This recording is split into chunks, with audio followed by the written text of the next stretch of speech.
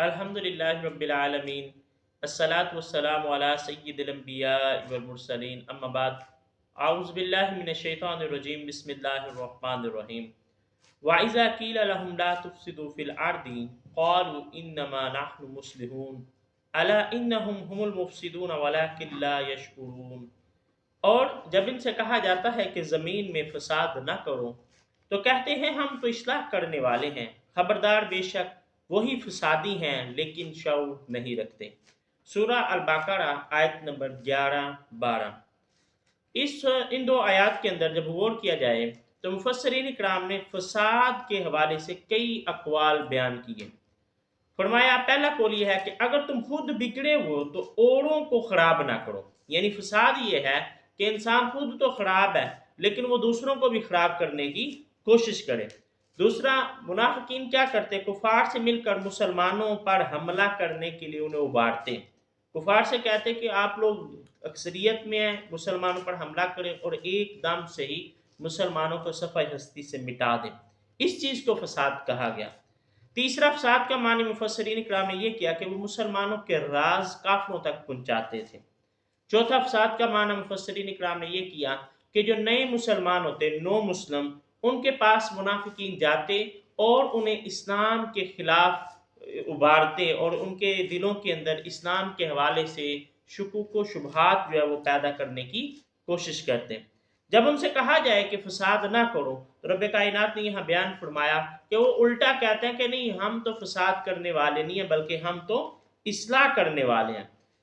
یعنی وہ لوگ اپنی ان حرکتوں کو فساد نہ سمجھتے تھے بلکہ ان کا یہ ماننا تھا کہ ہم جو ہے وہ اصلاح کرنے والے ہیں۔ ان کا یہ خیال تھا کہ مسلمانوں نے جو ہے وہ فساد پیدا کیا ہوا ہے، ہم لوگوں کو دوبارہ کفر کی طرف لا کر جو ہے وہ اصلاح کرنے والے بن رہے ہیں۔ اصلاح اور فساد کی جنگ کو سمجھنے کے لیے ایک بنیادی اصول یہ ہے کہ ہمیں اصل کی طرف لوٹنا چاہیے۔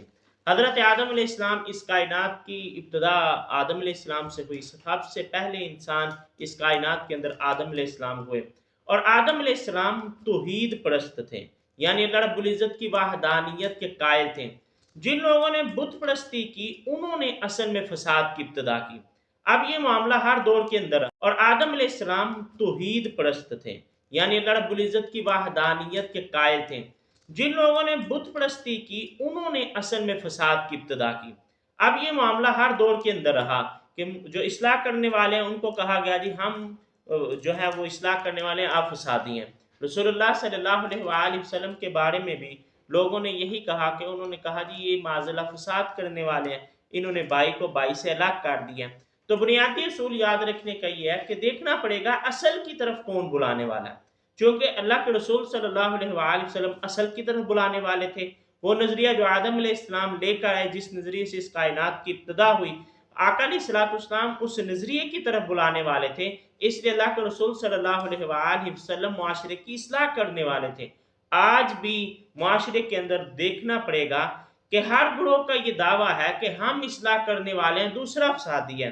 تو دیکھنا یہ پڑے گا جو اصول کی بات کرتا ہے، جو اصل کی بات کرتا ہے، جو قرآن کی بات کرتا ہے، دراصل وہی لوگ اصلاح کرنے والے ہیں، باقی لوگ جو ہیں وہ فساد کرنے والے ہیں۔ اب یہاں پر رب کائنات نے آیت نمبر 12 کے اندر منافقین کے حوالے سے مہر لگا دی، فرمایا اصل میں فساد کرنے والے یہی لوگ ہیں کہ جو منافقین ہیں، لیکن رب کائنات نے ساتھ یہ بھی فرما دیا کہ ان کا جو حق اور باطل کے درمیان فرق کرنا ہے، جو تمیز کرنا ہے، یہ شعور ہی ختم ہو چکا ہے۔ ان کو سمجھ ہی نہیں آتی کہ حق اور باطل ہے کیا، اس لیے یہ لوگ سمجھتے ہیں کہ فساد کرنے والے دوسرے اور ہم جو ہے وہ اصلاح کرنے والے ہیں۔